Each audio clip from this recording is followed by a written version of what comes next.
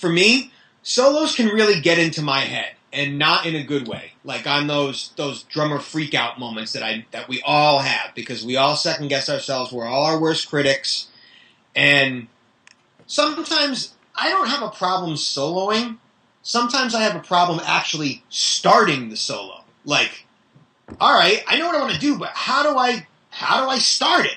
I just don't want to start blah, dugga, dugga, dugga, dugga, Yeah. like I've done before, or that people think that's what the rock drum solo is going to be, so we start like that. Like when I did my last clinic tour in 2011, I was starting out by playing a little bit of Take 5 and a little bit of Blue Rondo a la Turk because Joe had just passed away. Right. So it was really cool for me to play those little riffs at first to give him a little nod, but then I'd also invert the riff and throw double bass in it and do my own little thing with it, play the Take 5 riff, and then I played this little 5/4 riff over the top of it that I use. So it kind of melded the two together, but it was a nice way to start it, and that's how I ended it. But once, by going back to Take 5. But once again, I've done that already, so I don't want to do that because then people will go, well, I've seen him do this on YouTube already. So now it's, finding a new way to start it. So I think my latest starting point right now, I think, is this little, kind of like Stanton Moorish kind of New Orleans groove thing that I've been, fooling around with. So I think that's like my start point now.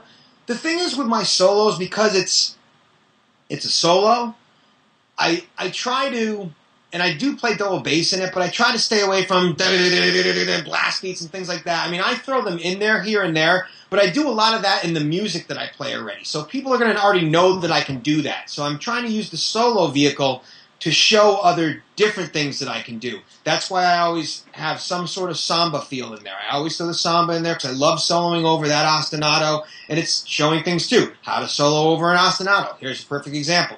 Do a samba pattern.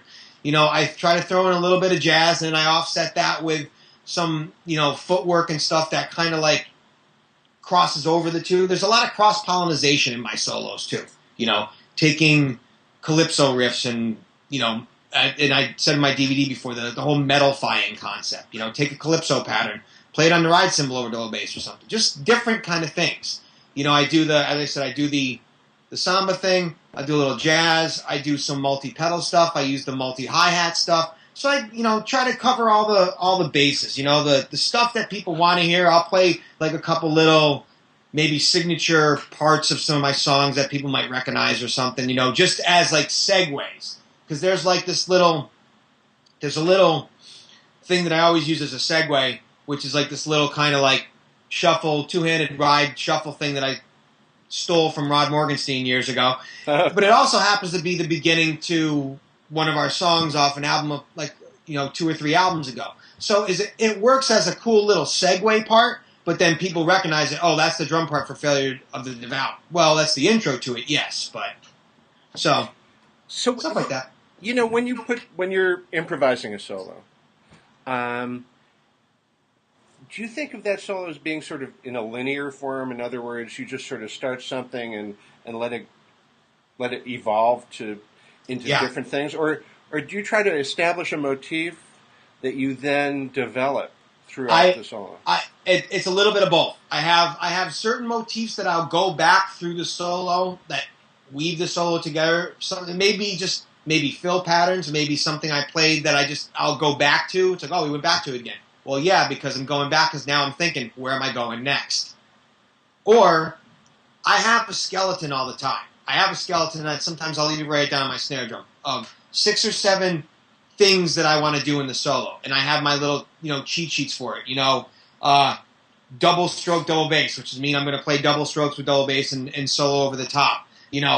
Latin patterns means I go to the samba. If I just write Bozio, I know I'm going to do a thing with the mini hi-hats and, alternating hands and feet stuff. Just little things to give me a hint of what's next. And then I'll have the 7 parts, but I'm not sure how they're all going to weave together. That's where I leave the improvisational part to it. I know what I want to do, but I'm not necessarily going to hit each part the same way every night.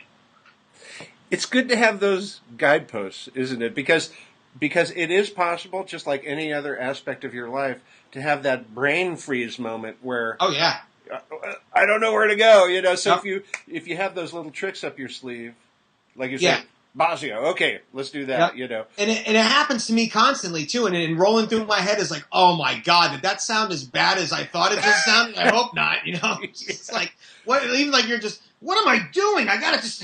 All right, get back to where I was.